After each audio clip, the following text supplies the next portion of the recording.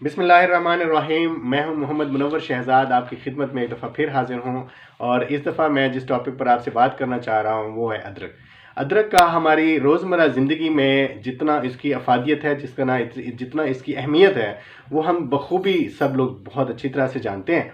और इससे जिस तरह से हमारे मेटाबॉलिज्म में इसका किरदार है, उसको बूस्टअप करने में, हमारे निज़ाम दौरान खून को बेहतर करने में, हमारी यादाश्त को तेज़ करने में, हमारे यानी बहुत सारे ऐसे इवन हमारा जो निज़ाम इन्हज़ाम है उसको भी बेहतर करने में इसका बहुत ज़्यादा किरदार होता है। और दूसरी बात ये कि ये बहुत सी अच्छी एक किस्म की रेमेडी है जो हमारे अंदर थोड़ी बहुत को, अगर जैसे खांसी है, हमारा भूख नहीं लगती, और उसके अलावा ये कि मैदे के प्रॉब्लम्स हैं, तो इन सारी चीज़ों के लिए अदरक एक बहुत ही ज़बरदस्त किस्म की रेमेडी है। अगर हम इसको अपनी ज़िंदगी में शामिल कर लें तो मेरे ख़्याल में कि हम दवाइयों से दूर हो जाएंगे। ये इस तरह से इसका किरदार है हमारी ज़िंदगी में। आज हम इसके बारे में बात करना चाहेंगे कि हमारे यहाँ पाकिस्तान में इसकी काश्त किस तरह से हो रही है, और पाकिस्तान में इसकी ज़रूरत कितनी है, और उसके मुकाबले में उसकी पैदावार कितनी हो रही है, और जो उसका फ़र्क आ रहा है वो ज़रूरत का हम उसको कहाँ से पूरा कर रहे हैं। इसके ऊपर हम बात करेंगे, इसके तरीक़े काश्त के ऊपर बात करेंगे, इसके बीज की सिलेक्शन के ऊपर बात करेंगे, इवन बीज की जो मैनेजमेंट है, बीज के जो तैयारी के तरीक़ेकार हैं उसके ऊपर बात करेंगे, ज़मीन की तैयारी के ऊपर भी हम बात करेंगे, इसकी क्रॉप मैनेजमेंट, इसको किस तरह से हम बेहतर और अच्छी पैदावार लेने के लिए हमें क्या क्या लवाजमात करने पड़ने हैं उसके ऊपर हम बात करेंगे, और इसका जो कटाई का क्या तरीक़ेकार है, और उसके बाद हम इसको किस तरह से स्टोर कर सकते हैं और अपना मार्केट्स में हम इसको बेच सकते हैं। इन सब टॉपिक्स के ऊपर बात कर सकते हैं। रही बात अदरक का, अदरक हमारे पाकिस्तान में इसकी काश्त तकरीबन ना होने के बराबर है, क्योंकि हमारा जो क्लाइमेटिक कंडीशंस हैं या इसकी जो क्रॉप मैनेजमेंट है उसके हवाले से हमारे फार्मर्स इसके ऊपर इतना तवज्जो नहीं कर रहे हैं, और इसका ज़्यादातर हिस्सा जो हमारी जो ज़रूरत है हमारे मुल्क में अदरक की, उसका ज़्यादातर हिस्सा हमें इंपोर्ट करना पड़ता है। समटाइम्स ये थाईलैंड से, समटाइम्स ये इंडिया से, समटाइम्स ये ऑस्ट्रेलिया से भी यहाँ पे मंगवाई जाती है। तो इस तरह से पाकिस्तान अपनी ज़रूरियात जो है वो बैरूनी मार्केट से इसको ख़रीद कर वो कर सकता है। अदरक को पाकिस्तान में काश्त करने के लिए तकरीबन जिस किस्म की क्लाइमेटिक कंडीशंस चाहिए और जिस किस्म की ज़मीन चाहिए उसके ऊपर आज हम बात करते हैं। और ज़मीन को तैयार किस तरह से करना चाहिए, ज़मीन के जो काश्त से पहले उसकी क्या क्या तैयारियां हैं उसके ऊपर हम बात करेंगे। और उसके अलावा ये कि इसका जो बीज है उसको किस तरह से तैयार किया जाता है, बीज की सिलेक्शन किस तरह से करनी है, और इसके अलावा इस क्रॉप मैनेजमेंट में क्या क्या स्टेप्स हैं, क्या क्या इनिशिएटिव्स हैं जो हमें लेने चाहिए अच्छी पैदावार लेने के लिए, आज हम उस पर बात करते हैं। और उसके साथ साथ ये कि इसका जो इरिगेशन पीरियड्स हैं, इरिगेशन फ्रीक्वेंसी है, वो हमने किस तरह से करनी है, फर्टिलाइज़र्स का किस तरह से इस्तेमाल करना है, और उसके बाद फिर जब ये तकरीबन फसल तैयार हो जाती है, हार्वेस्टिंग इसकी किस तरह से करनी है, और उसको फिर उसके बाद स्टोर किस तरह से करना है, और मार्केट में इसको किस तरह से हमें सेल करना है। इन सारी बातों पे इन सारी चीज़ें आज हम आपके साथ डिस्कस करते हैं।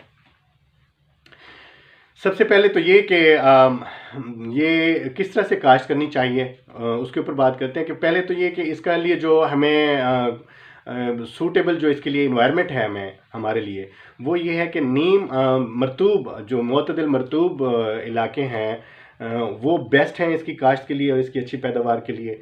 जिस तरह से हमारे पंजाब का बहुत सारा एरिया जो अपर पंजाब या नॉर्थ पंजाब या सेंट्रल पंजाब हम उसको इंक्लूड कर सकते हैं, उस पर ये बहुत ज़्यादा सूटेबल इन्वायरमेंट है वहाँ का हमारी इस फसल की काश्त के लिए।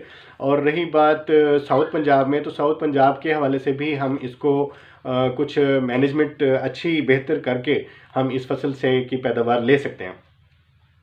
इसके ऊपर हम बात करते हैं। सबसे पहले आ जाती है इसके लिए ज़मीन की तैयारी। ज़मीन की तैयारी इस जिंजर के लिए बहुत ज़्यादा अहम है, इतना ज़्यादा अहम कि तकरीबन जितनी भी फसलें हैं उन सब में सबसे ज़्यादा ज़मीन की तैयारी इस फसल में अहम है। तो मैं समझता हूँ कि ये एक तो ये कि इस फसल की काश्त से तकरीबन कम अज़ कम 1.5 से 2 महीना पहले इसकी ज़मीन की तैयारी शुरू कर देनी चाहिए, और उस हवाले से इसमें मुख्तलिफ 2 से 3 दफ़ा कम अज़ कम इसमें हल चलाया जाए। और इसके अंदर कोई अगर with the passage of time अगर कोई जड़ी बूटियाँ उगती हैं तो वो उनको नेचुरल तरीके से ख़त्म किया जाए। और दूसरा तो ये कि इसको 2 दफ़ा, कम से कम 2 दफ़ा इसके अंदर रोटावेटर भी इस्तेमाल किया जाए, ताकि ज़मीन इसकी ज़्यादा नरम और भुरभुरी बन सके, पाउडर शेप में आ सके, ताकि ज़मीन इसके लिए नरम जो है ना हम ज़्यादा से ज़्यादा बना सकें। ये करना है। और उसके बाद हम इसको खेलियों के ऊपर काश्त कर सकते हैं, लेकिन इसके लिए ख़ास कंडीशन इस पे अप्लाई होती है, और वो ये है कि जगह इसके लिए सायादार होनी चाहिए, क्योंकि ये फसल थोड़ी सी सेंसिटिव है धूप के मामले में और गर्मी के मामले में। जैसे मिसाल के तौर पे मई और जून के महीनों में जैसे लू पड़ रही होती है, गर्म तेज़ हवा होती है, तो वो हवा, वो लू जो है वो इसके पौधों को डैमेज करती है, इसके पौधों को वो खुश्क कर देती है, सुखा देती है, सूखने का ख़तरा होता है। तो उन सारी चीज़ों से बचाने के लिए बेहतर है कि हम ऐसी जगह की सिलेक्शन करें जो इसके ऊपर ज़्यादा धूप भी ना पड़े और इसको लू से भी हम ज़्यादा से ज़्यादा बचा सकें। तो उसके लिए ज़मीन की जो सिलेक्शन करनी है वो ये करनी है कि सायादार ज़मीन हो, और तकरीबन जो है उसमें सॉइल के अंदर मॉइस्चर जो है ना वो उसकी रेशो कुछ ज़्यादा होनी चाहिए, या हमें उसको मेंटेन रखना पड़ेगा। तीसरी बात ये कि इसकी ज़मीन की तैयारी में सबसे ज़्यादा अहम है कि हम इसमें ऑर्गेनिक मैटर, या जो गोबर है, गली सड़ी गोबर की खाद है, उसका बहुत ज़्यादा इस्तेमाल जो है ना वो इस फसल के लिए बेहद ज़रूरी है। तो सबसे पहले ज़मीन में हम कम से कम कोशिश करनी चाहिए हमें कि कम से कम हम इसमें 40-50 या इससे भी ज़्यादा 50 से 60 ट्रालियाँ जो है ना वो हम एकड़ में इसका गली सड़ी जो खादें हैं वो हमें उसमें शामिल करनी चाहिए, ताकि हम उसके ऊपर उसको बेहतर से बेहतर इस फसल के लिए तैयार कर सकें।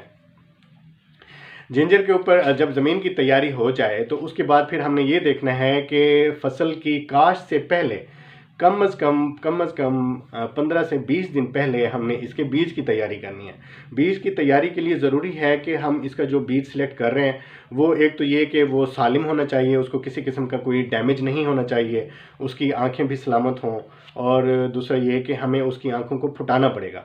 उसके फुटाने के लिए एक तरीकाकार ये है कि हम इससे किसी ठंडी नमदार ज़मीन के ऊपर इसको एक लेयर जो इसका जो भल होता है, नहरी भल में इसको जो है ना हम इसको इसको रख सकते हैं।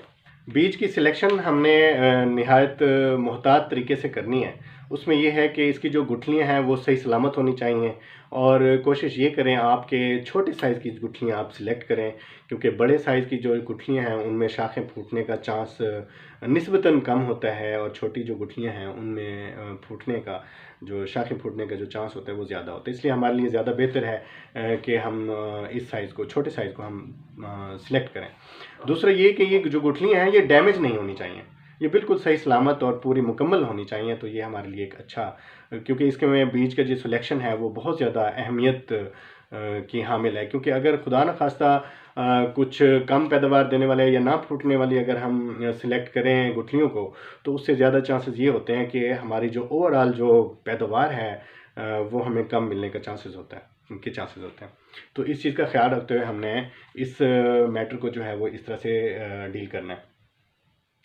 गुठलियों के फुटाने के ऊपर मैं बात कर रहा था कि गुठलियों को एक तो 2 तरीके से मैंने देखा है कि कुछ लोग इसको एक मट्टी शॉपर में बड़े से शॉपर में मट्टी डाल के उसके अंदर वो ये गुठलियाँ डाल देते हैं, फिर उसके ऊपर एक और उस पर मट्टी डाल देते हैं और गोबर भी डाल देते हैं। तो इससे ये होता है कि 15 से 20 दिन के अंदर उससे गुठलियाँ फूटने का, उसको फिर बंद कर देते हैं, ठंडे कमरे में उसको रख दिया जाता है। तो उससे ये है कि गुठलियों के फूटने का जो है ना वो सिलसिला शुरू हो जाता है, और उसके बाद फिर उसको काश्त करने के लिए ले आया जाता है। दूसरा तरीका जो सिंपल है वो ये है कि आप इसको एक ठंडी और नमी वाली जगह पर आप इसको थोड़ी सी मट्टी, भल वाली मट्टी डाल के या रेत डाल के आप इसको ऊपर डाल सकते हैं, और उसके ऊपर एक और आप रेत की या भल की लेयर बिछा के आप उसको ढांप सकते हैं। तो इससे उसके बाद ये करना है कि आपने इसको तकरीबन थ्रू आउट द पीरियड जो है ना वो आपने इसको मॉइस्चर देते रहना है, पानी देते रहना है, नमी देते रहना है। तो तकरीबन 15 दिन 20 दिन के अंदर जो उसकी शाखें हैं वो फूटना शुरू हो जाएंगी। जिस वक्त ये सिलसिला शुरू हो जाए तो ये समझ लें कि आपका जो बीज है वो काश्त करने के लिए तैयार है। अच्छा, इसकी काश्त के लिए जो बेस्ट पीरियड है पाकिस्तान में वो ये है कि तकरीबन दिसंबर, जनवरी और फरवरी का जो महीना है, ये दिसंबर में चूँकि हार्वेस्टिंग हो रही होती है और जनवरी फरवरी में इसका बीज आगे फूटने के लिए भी तैयार हो रहा होता है। तो बेस्ट इसका जो पीरियड है काश्त करने का वो मार्च का महीना है। मार्च से लेकर मार्च और अप्रैल के जो महीने हैं ये बेस्ट हैं इसकी काश्त करने के लिए। और इन महीनों में काश्त किया जाने वाली जो अदरक है वो तकरीबन through out the period, through out the year वो आपको अवेलेबल हो सकती है। तो आपने इसकी काश्त करने के लिए आपने इस तरह से मैनेज करना है कि आप इसको मिनिमम मार्च और अप्रैल के अंदर अंदर आप इसको ज़रूर काश्त कर लें। ठीक है, इसके काश्त करने के लिए आपने इसकी खेलियाँ बनानी है। खेलियों के ऊपर आपने ये जो बीज है इसका, गुठलियाँ हैं इसकी, इसको छोटे से साइज़ में तकरीबन कोई 5 से 6 ग्राम या ज़्यादा से ज़्यादा 10 ग्राम के जो है ना आप इसके साइज़ काट लें। और जो आपने बीज सेलेक्ट करना है वो तकरीबन 25 से 30 ग्राम होने की गुठली होनी चाहिए। और उसके ऊपर जब आपका वो फूटना, शाखें उसकी फूटना शुरू हो जाएं, उसके बाद आप उसको हर गुठली को आपने 5-5, 6-6 या ज़्यादा से ज़्यादा आपने 10 ग्राम में जो है ना उसको काटना है। काटना इस तरह से है कि उसके ऊपर कम, हर हिस्से के ऊपर कम अज़ कम एक और ज़्यादा से ज़्यादा 2-3 तो कम अज़ कम ज़रूर होनी चाहिए उसके ऊपर आँखें।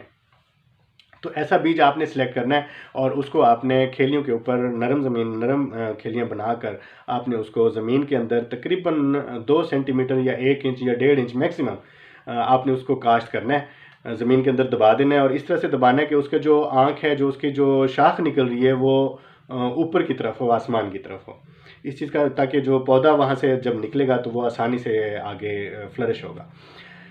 ये ख्याल रखना है कि इसको जो है आपने ज़मीन में ज़्यादा नहीं दबाना, क्योंकि इसको ज़्यादा दबाने से चांसेस बढ़ जाते हैं कि इसका पौधा जो है या तो वो देर से निकलेगा और स्लो उसकी वो प्रोडक्शन होगी, या फिर ये है कि वो निकलेगा ही नहीं। तो उसमें ज़्यादातर चांसेस, क्योंकि उसको थोड़ी सी रोशनी भी चाहिए होती है, बाहर का एनवायरनमेंट, हवा भी चाहिए होती है, तो इस तरह से आपने उसको वो करना है। ये हो गया इसका तरीक़ा काश्त। उसके बाद जिस वक्त हम इसके ऊपर बात करेंगे कि इसको पानी लगाने का क्या तरीका है।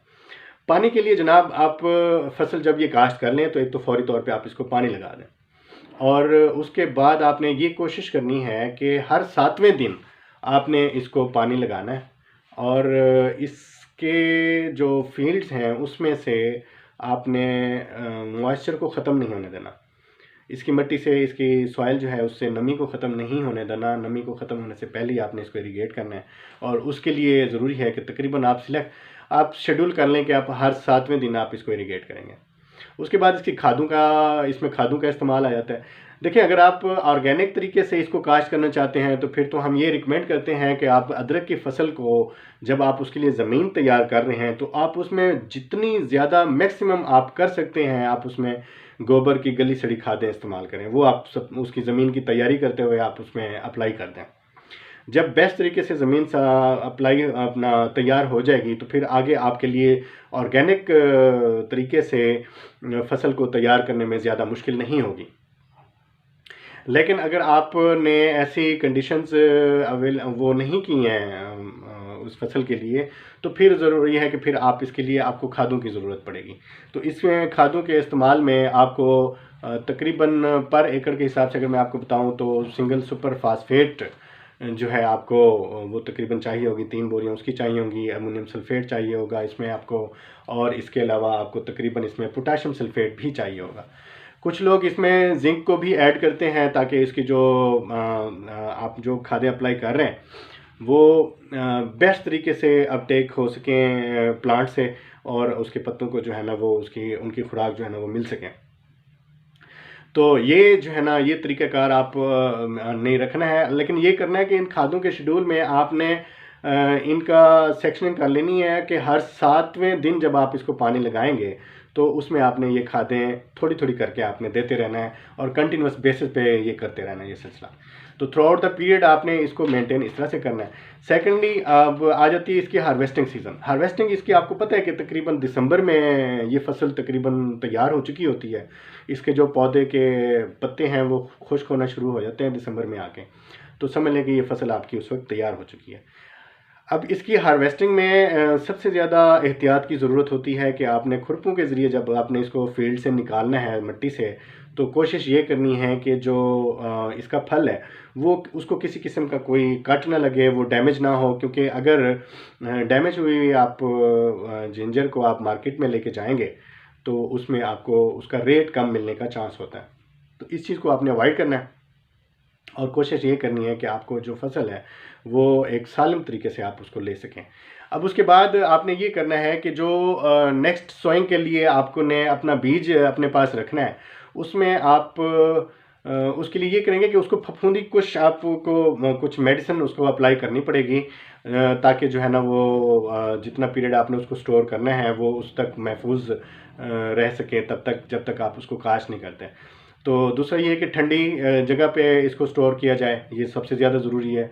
कोशिश ये करें कि आप कोल्ड स्टोरेज के ऊपर आप इसको वो करें ताकि ये अपनी फ्रेशनेस बरकरार रखे, और नेक्स्ट जब आप वापस को से सोइंग करने के पीरियड में जब आप इसको निकालें तो ये आपको फ्रेश गार्लिक फ्रेश जो जिंजर है वो आपको मिल सके आगे काश्त करने के लिए। दूसरा जो आप सेल करना चाहते हैं मंडियों में, वो आपको पता है कि आपने सही सलामत जो आपके पास मटेरियल हो जिंजर का, वो आपने मार्केट्स में सप्लाई करना है। और मैं फिर किसी वक्त किसी वीडियो में आपके साथ शेयर करूंगा कि हम अच्छे रेट्स किस तरह से ले सकते हैं मार्केट्स में, और मुख्तलिफ़ इंडस्ट्रीज़ को हम ये जिंजर अपना किस तरह से सप्लाई कर सकते हैं, और दूसरा ये कि हम इसको एक्सपोर्ट मार्केट्स में भी किस तरह से अपना जो जिंजर है उसको अवेलेबल कर सकते हैं। इन सारी बातों के साथ, इनकी डिटेल्स के साथ मैं एक दफ़ा फिर आपकी खिदमत में हाज़िर हूँगा। मैं हूँ आपका दोस्त मोहम्मद मुनव्वर शहज़ाद। मुझे अपनी दुआओं में याद रखिएगा। इंशाअल्लाह अज़ीज़ फिर मिलेंगे। अस्सलामु अलैकुम रहमतुल्लाहि व बरकातुहू।